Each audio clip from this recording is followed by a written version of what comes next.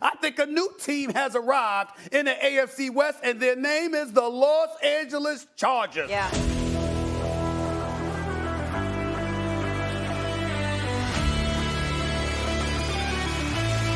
Herbert stops, launches deep. Jaylen Guyton, he's got it!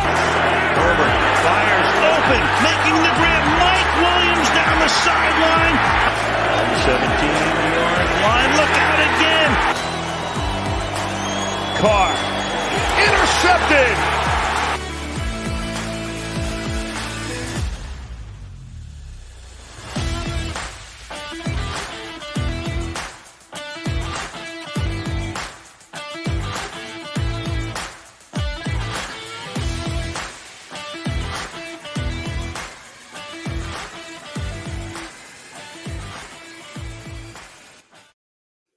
And we're back with another episode of Shock Therapy Podcast. I'm your host, Tyler Lawrence. With me is my co-host, Zach Alfers.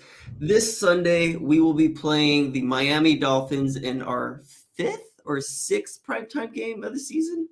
I think this is our fifth primetime game of the season. And I'm not looking forward to this game. I'll be at the game taking Andy Davies from our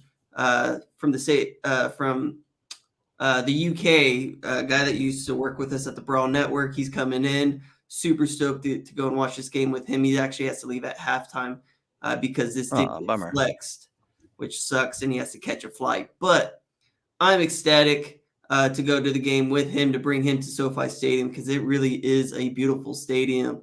But I have a feeling him being a Miami Dolphins fan, it's going to be a lot of shit talking. It's probably going to be coming at me because I just don't see the Chargers having a great game in this matchup. It's going to be tough, especially coming off that just deflating loss to the Raiders last week. You were really hoping for the Chargers that they would be able to pull that one out against the Raiders, build some momentum coming into this primetime matchup. You know, one of the first showdowns between really high draft picks in the same draft class. Whenever you get that, you're going to always have that comparison. Who's better? So it was one of those that I was really anticipating, before the season started, really even anticipating before last week, but just kind of not gearing up in the Chargers' favor, especially with all the speed that they have and with the injuries that this Charger team is dealing with. Doesn't seem like on paper a very good matchup for the Bolts. I just seem to think that this high-powered Dolphins offense, I think it might be probably the second best offense in the NFL if you're breaking the Chiefs up a little bit higher. Tua Tagovailoa, I mean, a lot of people still like to, slander his name a little bit, but super efficient, playing like a Pro Bowler, potentially an All-Pro. Helps to have Tyreek Hill and Jaylen Waddle, Sure. Two speedy gadget players that you can really do whatever you want with. But this season, Tua has passed for 58, 59 yards, and he's got 21 touchdowns and 5 interceptions, and he's completing 68% of his passes. Played in only 10 games, had the scary concussion, probably 2 concussions if we want to be realistic about it. Yeah. But Tua looks like the player that everybody thought that he was going to be drafted to be.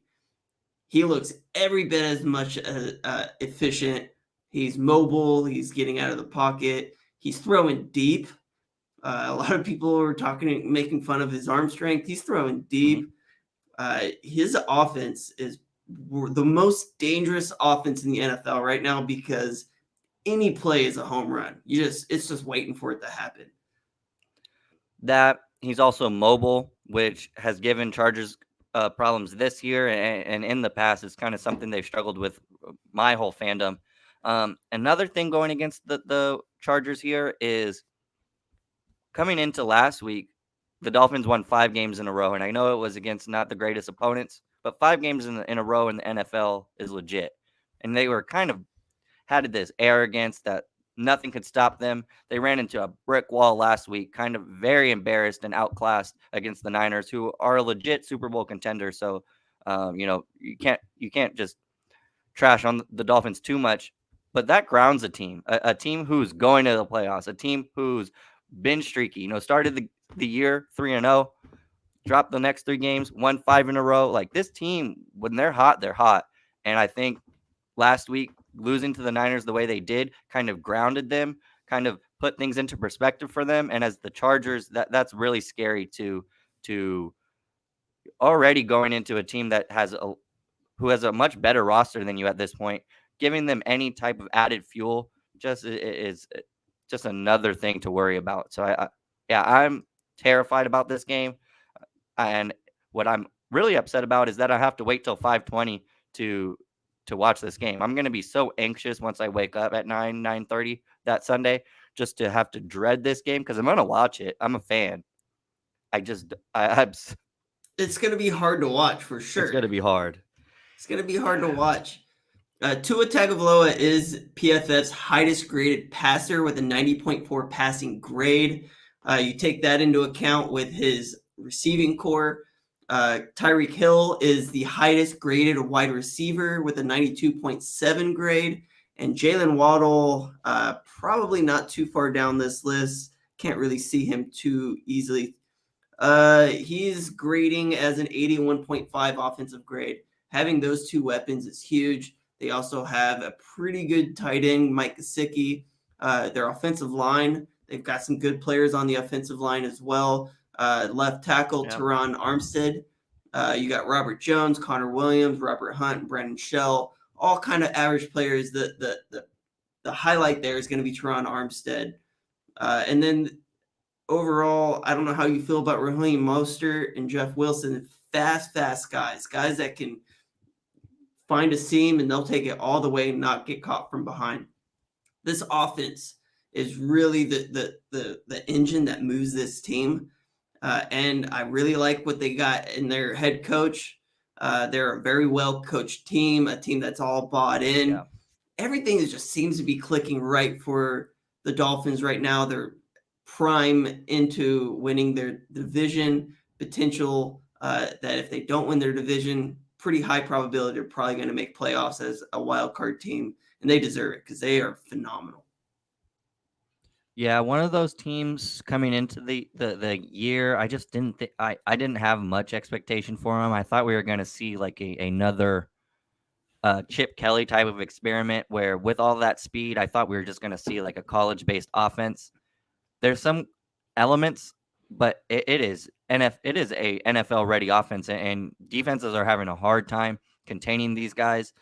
They are explosive in every sense of the word, and that just it's going to be really tough to slow these guys down. We don't have the speed in the secondary.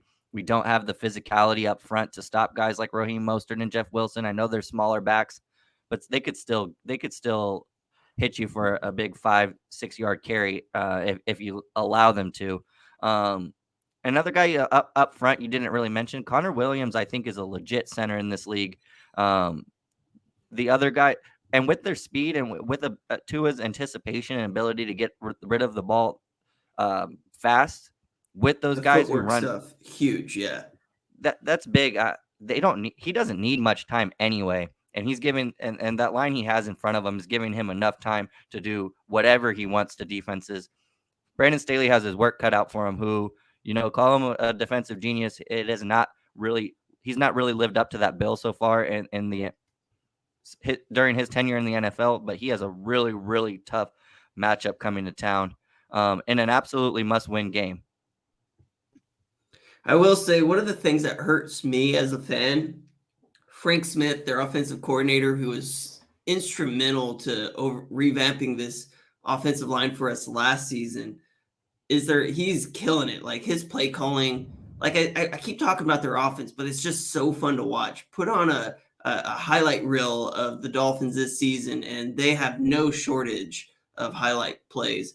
And Frank Smith has been a major part of that. I just talked about Mike McDaniel being great.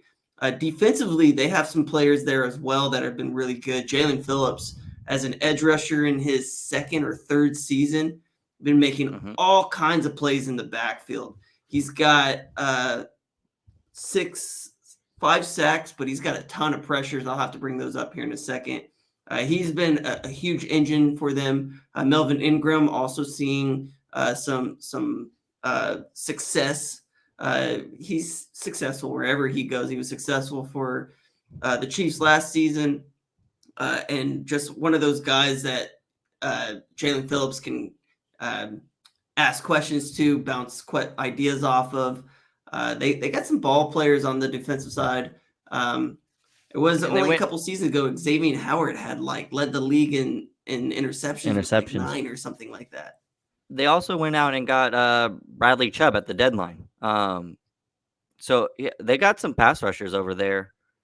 It's not going to be and this O-line who was struggling last week against a very good Las Vegas doesn't get much easier this week, given those guys that you're talking about. Melvin Ingram's going to carry that chip on his shoulder. He doesn't want to lose to his former team. This is going to be a tough matchup. I don't even see Melvin Ingram on this depth chart. Melvin Ingram or Bradley Did they let him go? Melvin Ingram played last week. Chubb. Ingram was playing last week. I saw him mixing it up. It's weird that they don't have him on the depth chart. ESPN doesn't. But then, just having Bradley Chubb, Jordan Phillips, and Jaylen Phillips, and Melvin Ingram as a trio of edge rushers, that's insane. It's not even fair. And then Christian Wilkins as even well. Up front, Christian Wilkins, a guy who can collapse the pocket from the middle of it. That's a big dude that if you give him enough time, he can get after it too, especially with all of the all of the attention you have to pay to those edge rushers. He could let loose for you too up front. Yeah, defensively, they got some stars, man. They're a fun team to watch. Javon Holland, as a rookie last year, was phenomenal. I was really high on Noah Igbinoghene coming out of Auburn 2 seasons ago. Byron Jones is listed as their third string corner, and he's one of the highest paid cornerbacks in the NFL right now. They got some ball players on this team, very efficient, and they like to pressure the quarterback, which is not good for the Chargers this season because that offensive line is very, very shaky. And I don't even know who's healthy. Let me go ahead and take a look at the injury report and let you guys know just how banged up we still are right now. Chargers injury report. Because, as a team that likes to blitz and play a lot of man, this is not working our favor at all. So right now, we've got Bryce Callahan was limited. Derwin James did not practice. He's got a quadricep injury. Sebastian Joseph Day has a knee injury, did not practice. Wasn't season ending, which is good. Trey Pipkins didn't practice. Mike Williams was a limited participant. Maybe we'll get him back this week. Kenneth Murray, Corey Linsley, Zion Johnson were all limited as well. For the Dolphins, Teron Armstead's dealing with a toe pectoral injury, did not practice. Melvin Ingram didn't practice, not injury related. So it was a veteran day off. Everybody else is limited. So Teddy, Bridgewater, Raekwon Davis, Eric Rowe, Durham Smythe, Tua was limited with an ankle injury. That is significant. Jaylen Waddle has a fibula injury, limited participant. Yeah, I feel like we're gonna get blown out this game, man. I have very little confidence just because not even if we had some momentum, even if we were healthy, this is another. It's just matchup to matchup. It's not something that benefits the Chargers. And then you take into account that these teams are on very different trajectories. One team is a shoe-in for the playoffs. One is battling for its playoff life. And I just think there's too many things stacked against the Chargers this week. I know it's on PrimeTime. Maybe that'll give us the extra juice we need. I just don't see how we are able to compete with this team right now. The way we're constructed, everything that's going against us right now. It's just one of those unclimbable mountains I think we're going to have to face. And hopefully they surprise me. It seems like every time I'm doubting this team or I'm out on this team, they drag me right back in. So hopefully there's something like that. But this team is just like on its last lifeline. I just don't know if there's enough spark to get us to that finish line. So there are 4 games left for the Dolphins. They have a bye week after this, I believe. They play the Bills, the Packers, the Patriots, and the Jets. 2 of those games going to be extremely hard. Playing the Jets and playing the Bills. And then the Packers are not very good this season, but you still have Aaron Rodgers there. Yeah. And then the Patriots are always a tough matchup. They got a hard schedule on the way out to the end of this season. And playing the Chargers is kind of one of the least of their worries. Hopefully that kind of works in our favor, right? Teams that you kind of overlook because they're struggling or whatever. Yeah. We're one of those teams where I guess we could be somewhat dangerous and mess up some plans. But, I mean, they have a 2-game lead on us, and I honestly think they're a much, much better team, much more well-coached team. And you were just talking about momentum and trajectory. They are headed in a different direction than the Chargers are right now. Yeah. What's some matchup you're looking to look at on this this matchup here on Sunday? To me, it's all about containing the track stars they have over there at receiver.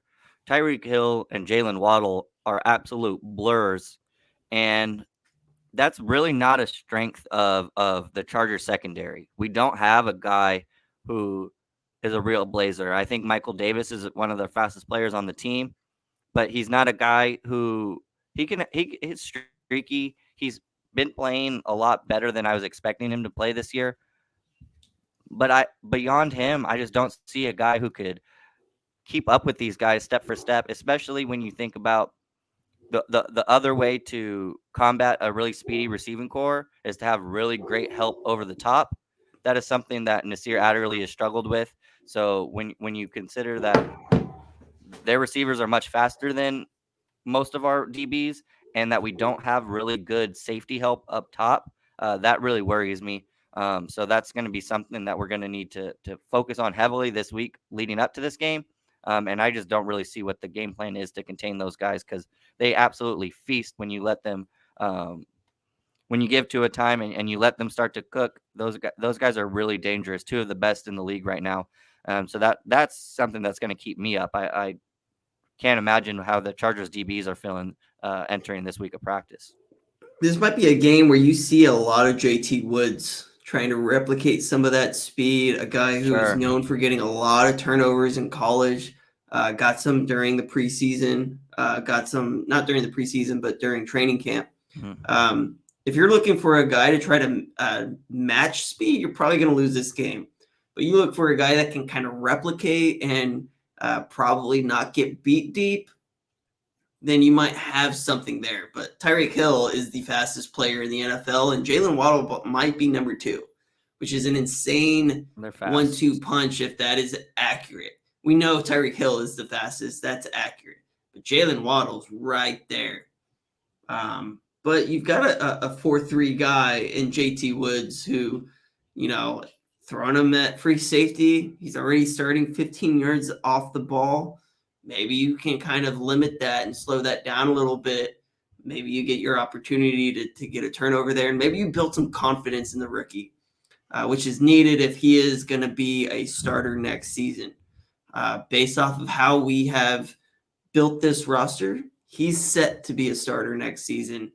And you got to get him ready. So, if his strength is his speed, this is the game you play him, not having to worry about, the Dolphins having a dynamic run game. This is that kind of game. Well, and there's really nothing to lose if you're the Chargers. That guy does get beat. Well, he has a game of film to learn from, a game under his belt to add to. And it's a game that nobody is really giving us much credit to be in, to compete for. So why not roll the dice on somebody that you drafted very highly, that you obviously have a future for, who hasn't played much this year just because he is a work in progress. You don't get better in the NFL without reps. We need some type of juice. something has to change. So yeah, maybe it's JT Woods time. I'm all for anything new because what we're doing right now isn't working for us. So it got to change something. Yeah. What do you think is going to be the final score on this one? Oof. To be honest, Brutally honest. Like 30-20 Dolphins. And if we get 20, I'm gonna give like 13 of that to the offense and maybe a special teams or another defensive touchdown. The Chargers had 13 points against the Raiders defense, and I think the Raiders defense is a lot better overall than Miami. Miami still has some players. They could hold you under 20 points easily. I just don't see us scoring more than 20, to be honest. I see pressure being a huge issue. Again, based off of what I saw last weekend, pressure is going to be just as bad, if not worse, because you also got some studs in the middle. Christian Wilkins, Raekwon Davis, Zach Sealer is loved by PFF. He's a guy that manages to get in the backfield quite a bit. And then you got 4 edge rushers, Jaylen Phillips, Bradley Chubb, Andrew Van Ginkel, and Melvin Ingram. That's a fresh group who's able to get to the quarterback. This is not work. This is going to be even a worse game, in my opinion. I'm going to go like 38-14, 38-10. 38-10 feels like what this game's going to be like. Yeah, there's going to be a lot of bodies rushing. Last week, it was consistent, right? The pressure was coming consistently from Chandler Jones and Max Crosby. But with all of those guys you mentioned, just that rotation of bodies is going to keep this O-line guessing, who already doesn't have a whole lot of consistency, a whole lot of cohesion going on. So that's, I think, just going to discombobulate this unit up front. Poor Justin Herbert is going to have less time than he had last week. He's still going to make some amazing plays because that's just the player he is. But yeah, this is not one that I am perked up for. It's a game that I'm dreading, and I'm just kind of actually just waiting for it to be over so I could just get on with my life because I am not looking forward to this game. And if you're feeling not comfortable about matchups, you should already know you're not a playoff team, right? Like, I don't even think we're going to keep this close because I just don't think we're anywhere near the same level. And based off of what I've seen and the injuries we have on the offensive line and the play calling issues, and then just the overall feel like we squeaked out a win against the Cardinals, who are like one of the worst teams in the NFL right now. And we just got beat. And it honestly probably shouldn't have even been a one-score game by the Raiders, who are also one of the worst teams in the NFL. And then you're just squeaking by with like, it just doesn't feel like we're a playoff caliber team. No, too many missing pieces. And the guys that are in-house, the guys that are healthy are just not living up to the billing. So it's tough across the board. Don't get your hopes up, Chargers fans. Hope maybe they surprise you, but I'm not going to Vegas and making that bet. No, definitely not making a bet on this one. I'm calling it a blowout. You think it's going to be a 10-point game? Probably worse. You're also hoping that we get another defensive touchdown or a special teams touchdown. So that realistically, 13-30 is what you were saying. What I'm really thinking is that they're going to get up so big, so fast that it's just going to be kind of cruise control second half, that it's going to allow us to kind of make it closer than it seems. But I think it's going to be like a 3-4 score game by halftime, and then just have them just kind of cruise to the finish line there. That's kind of how I envision it.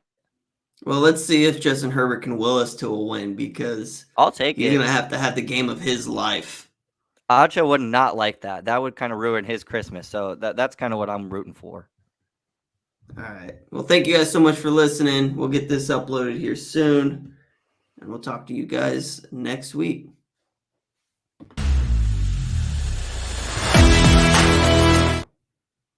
It's not playing.